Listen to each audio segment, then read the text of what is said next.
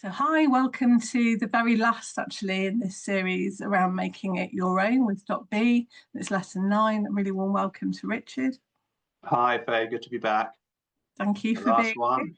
I know, the very last one. It's been a really interesting experience to talk about how we do things differently between each other and also with the guest teachers that we've had. So, lesson 9 then is an interesting lesson because it's not that we're delivering new teaching in this session, but just curious to know, how do you go about it, and is it different with different groups? Yeah, I mean, this one, I suppose I do it in a relatively stripped back way, partly because I like to leave them enough time to write their letters at the end. I hate rushing them. I'd rather they finished early and did whatever, or we had another activity, than have them have to rush their letter. But also because at the end of this, after the letter, they do their kind of feedback questionnaire. And MISP has a really great feedback questionnaire. I actually tend to do an internal one just because I need to do an internal one because I teach it as part of PSHE. So our head of PSHE needs to see the feedback from every course that I teach. And it's great because it keeps it going, because generally they see that the kids are really on side. So I don't tend to use the quiz. What I tend to do is to just go through every lesson, ask them what they remember from each lesson before going into the Baz Luhrmann, which we can come back to, which still works for me, but I can see how it might not work for others. But Faye, we were talking earlier, I'd love if you could share with people what you had a crazy and wonderful idea about how to go back through what we've done in each .B course, which I thought was fantastic. Yeah, I do have to say that I think some of my drama teacher bits come through the way that I do this session. But I have, and it works really well with Key Stage 3 to do it this way. When we do the recap, I put them in groups and I ask them to remember what they remember, what sticks out in their mind from each session, and then to speed it up. So show me a speeded up version. And it's just very funny to watch. It's entertaining for the whole class. Really does kind of bring the energy up.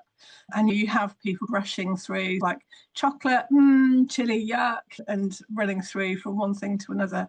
But it is a really good way of seeing the whole course all in one go. So yeah, that's worked really well. Sometimes with older students, I've had it where I've had some like A3 on different desks with the lesson names on them, and just got them to just jot down anything that sticks out in their head from that lesson, and then got them to feedback if they were the sort of group who would be happy to feedback, so they stand by a lesson they'd be happy to talk about. If they're not chatty, then I do tend to use the worksheets and do more of a whole class, so of all of us together recap of each lesson instead. But yeah, it's one of my favourite things to do. Actually, I love doing it with adults too, with courses, is getting them to do a Yeah, speeded up I version. think that's a great idea. I was worried that I mean, it would just be nuts in my classroom if I did that. But then you were saying in some ways that's quite good, because it might be that it gets that energy out of them, gets the fizz, lets the fizz out so that they can settle a bit more and just Yeah, watch the Baz Luhrmann video, which, I mean, I think I was going to say, I find the Baz Luhrmann works still very well. I'm always watching the kids watching it, and they still seem to go with it. They still seem to quite like it. They're not getting bored by it. I have heard people say they think it's a bit white middle class. You know, if you have a trust fund, maybe it'll run out. That kind of statement, which you do think that's not going to relate to people. But to be honest, I think there's the recommendations are so vast and so interesting that they're not vast. That's too, yeah. There are so many recommendations and thought-provoking things that just that one, yeah, fine, it's not great, but I don't think it ruins the whole thing. no, and I tend to include that in my setup for it. And I give students the choice to watch it or just listen to it, just because sometimes the visuals are a little bit dated. Yeah, And I'm like, if that starts to bother you, just close your eyes and just listen. And I say some of it's going to roll over you. You're like, I really don't understand what that means. But other things might stick in your head. Um, yeah, and to just, because I think that's actually built into that session, is just then at the end talking about what did, land for them, what did have some meaning for them. yeah. Yeah. So, yeah. I do a thing after that. So they write their letter, you do the reflections. What do you remember? What don't you want to forget? What most struck you? You can ask various questions afterwards to have them to think about it. I don't really do much of a meditation there. It might not be more than a couple of minutes just for them to reflect on it quietly. But then when they do their letter, when they finish their letter, one thing I found is helpful is I get like a box of some chocolate, something affordable but varied, and offer them one and say to them, take one. So they finish their letter, they give it in, they take a chocolate, and I try and encourage them to take one that they wouldn't normally take, keep up that theme of habit breaking while they're doing their feedback form. And you were saying about the fact that you don't use the ones that MIS provides, and I tend to have either used the ones that MIS provides and then done a write-up myself. If I'm an external teacher, I've then done a write-up of what they've written and then present it to SLT to just show what I've done and what the students think, and captured all of that lovely student voice that's there, that comes through that feedback. Or I've done the impact data survey, which you can request through MISP. So you can ask and you can then have it all come back to you in this really lovely Survey Monkey type visual around what the students enjoyed and what they're using, what they're not using, etc. It's just a really thing to do. You've then got the challenges when you give the letters back. I had a kid ask me actually last week, said, oh, so when we're getting our letters back, because some of them remember it, some of them forget they've even ever written them. I tend to leave it, because I teach it in year 10, I tend to give it out, partly to be honest, it's when I remember to do it, but it's usually at the end of the term before they're going away to revise, or when they get back, immediately when they get back. And I've done that in different ways. The best way to do it, I think, again, it's partly to do with practically what's possible in terms of time. But when I used to live right in the school, obviously we have boarders as well, and I would go around the boarding houses and literally knock on the door and just say, here you go. And that was high impact. It was like, oh, I've forgotten I did it. And that worked really well. Now it's not really practical. I don't live so near. And so I put like a bundle of letters, I give them to their tutor who can give them out. There are concerns about that, I think. I say to them, don't ask them to open it when they're around other people. They might just want to tuck it in their jacket and open it later. Otherwise, you want to give them permission to be able to open it in their own time, because actually some of them have written quite personal stuff. Some of them take it really seriously. Others, they put something in their envelope, or they've made it more of a joke, or it's just that group opening of a letter, it could be a bit risky. Yeah, I mean, I've always given a choice as well about whether or not they want to open it in front of people. It tends to be for me that it's been 6 months later and in a session. So either when I was based in school, it was another wellbeing session where we were about to do either top-ups on .b, where I've explored other things. I call it exploring breadthways, where I've taken something from a lesson and then looked at it in a different way. Like we said before, I think it was when we were talking about gratitude, so many different ways that can go. Or I've taken them through .b squared. And when I've gone in as an external teacher, I've always built in that I would come back 6 months later and do sessions. So then do you give them their letter at the end of that to take away? Yeah, so that there isn't any of the kind of open your letter type thing at the beginning of the session. Yeah, which actually also can be, usually there's one or two people who haven't been there for that lesson when they've written them, or they just joined the school, or you don't want people to feel particularly left out. So yeah, I agree. The open it in your own time approach is definitely the best one. It's quite interesting sometimes, and this happens with adults as well. The students who come and say, oh, it was really sad, or it made me happy, or it often generates some kind of reaction as well when they're reading it.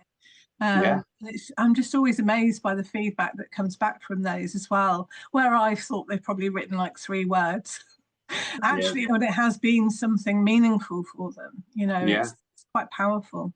Yeah, I've definitely noticed that. Some of them are almost a little bit embarrassed because they've been quite profound with themselves, and they're like, whoa, which is, I think, is great. It's made them think. Yeah, it's really lovely. Even more maybe than like detailed feedback forms is seeing their response to those letters. And then you were mentioning before about what next, the next step. Oh, yes. So my last slide is just, where do you go from here? And I tend to talk about apps. I'm still a big fan of things like Headspace and Insight Timer, 10% Happier, Calm. I talk about sleep a little bit. But then my biggest plug is just to come to the drop-in session that we have. We have a weekly drop-in session at break time. I mentioned that I offer it when they're in year 12 and 13 in the sixth form. I offer it as a voluntary we have like an afternoon activity co-curricular thing that they opt into, and mindfulness is one of those options. So I put a plug in for that. I think that it is an important kind of opportunity. And also, of course, giving back the letters, whether it's that 6 months or a year, that's also another opportunity just to remind them that there are these opportunities to practice in the school for the next however many years they're there. Yeah, I always remind them they've always got access to .b.org. That's always there for them if they want to tune in again or connect in again with any of the themes, because obviously it's got the animations as well as the actual practices. So Yeah. sometimes they tune into the learning again that way. And there are just times where it's been helpful. And I've heard students come back and say, oh, do you know, I was having a really bad patch with my sleep and I was playing meditation again on the site, and I found that really helpful to get me back into a habit of good sleep again. And Right. and yeah, the apps as well, of course. The only thing that I say to them about the apps is to just be aware that not everything that calls itself mindfulness is mindfulness, and that it might seem a bit unusual, some of the things that they're being asked to do or think about or whatever. Yes. And that's another thing I say, actually, please just contact me if you've got any questions or any doubts or you want to know more. And usually there is somebody who's doing that, not necessarily immediately afterwards, but I think just the fact that they know that there's somebody or some people in school who are there for them in this regard, it's useful. That's actually an interesting thing, that when I first taught .b, I would teach everyone, but now we've actually shared it between 3 teachers, which is great. I feel like there's a nice solid sort of body, if you like, of .b teachers now. But it does mean that I've got my letters, my colleagues have got their little piles of letters. So the giving it back time requires a little bit of coordination. But again, that's nice. And to be honest, it doesn't matter if we do it at different times.